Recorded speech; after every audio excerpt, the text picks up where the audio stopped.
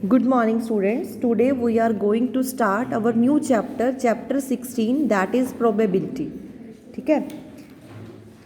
In your probability it is same as you have done in the class 10. What do you mean by probability? Number किसी की भी probability find करने के लिए आप क्या लिखते हो? Number of favourable cases upon total number of outcome. यही करते हैं ना.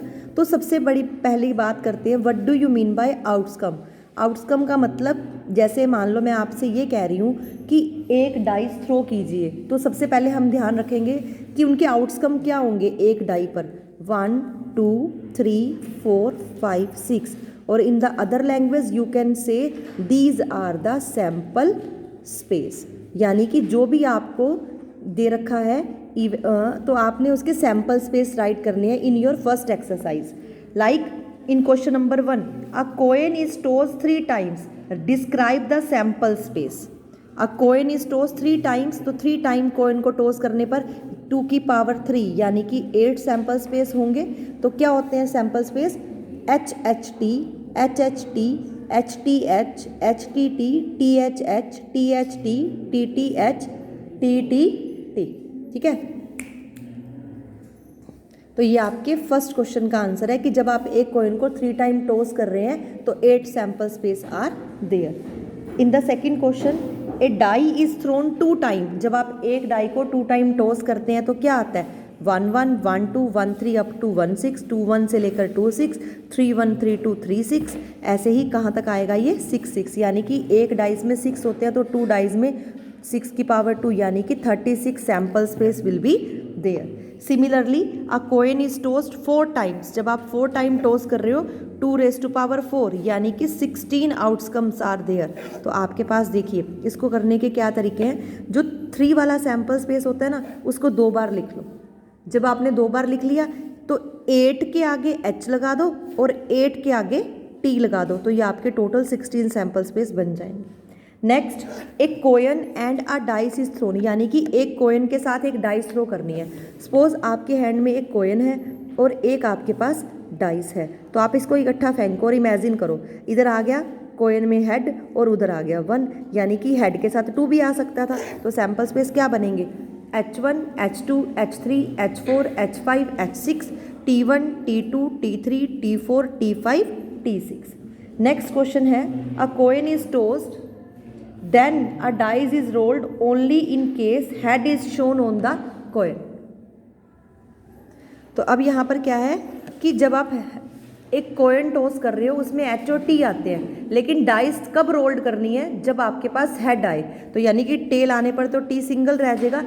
एच के साथ आपकी डाइस रोल करनी है, तो डाइस रोल में आपके साथ क्या हो जाएगा? H1 H2 H3 H4 H5 H6. Next question है, 2 boys and 2 girls in a room X,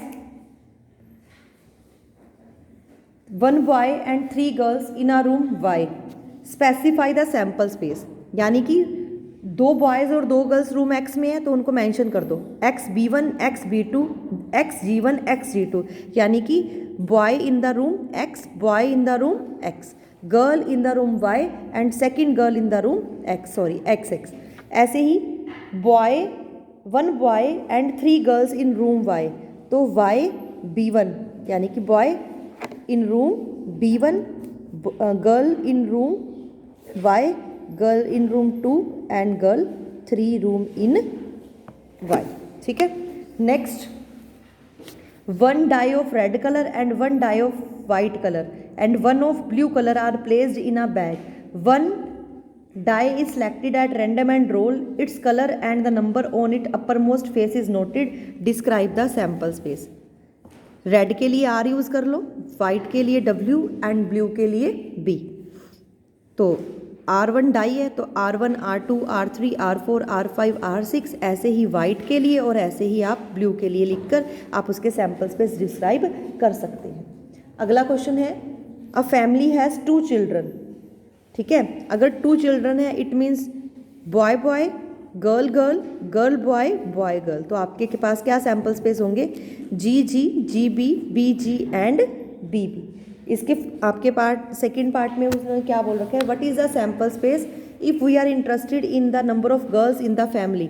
तो गर्ल्स के लिए इन्होंने इससे पहले में मेंशन कर रखा है कि an experiment consisted recording boy and girl composition in a family with 2 children. What is the sample space if we are interested in knowing whether it is a boy or girl in the order of their birth। तो birth के according आपने ये लिख दिए जी जी, यानी कि पहली girl भी बड़ी और दूसरी भी छोटी गर्ल, छोटा बेबी भी गर्ल, फिर गर्ल बड़ी बॉय छोटा, बॉय बड़ा गर्ल छोटा और दोनों बॉयज़, यानी कि यहाँ पर भी बॉय और यहाँ पर भी बॉय। तो ये फर्स्ट के अकॉर्डिंग सैम्पल स्पेस आ गया आपके। और सेकंड में क्या है, what is the sample space if we are interesting the number of girls in the family. तो number of the girls in the family में क्या होंगे, या तो यहाँ से क्या शो हो रहा है, एक भी गर्ल नहीं है 0, इन दोनों से क्या शो हो रहा है, नंबर ऑफ गर्ल्स 1, और इससे क्या शो हो रहा है, नंबर ऑफ गर्ल्स 2। ठीक है। Next question number 9, a bag consist of red 1 red and 3 identical white ball. यहाँ पर आइडेंटिकल का मतलब सेम, यानी कि हमें W1 W2 W3 करने की ज़रूरत नहीं है। रेड है R, W के लिए white. 2 balls are drawn in the sessions without replacement, write the. अब देखो क्या हो सकता है, रेड वाइट, वाइट रेड या वाइट वाइट, ठीक है ना, क्योंकि यहाँ पर रेड एक ही है तो RW WR और WW 3 सैम्पल स्पेस आपके लिस्टेड हो जाएंगे। ठीक है। Similarly you can try question number 10th। An experiment consists of tossing a coin and then throwing it second time if head appear.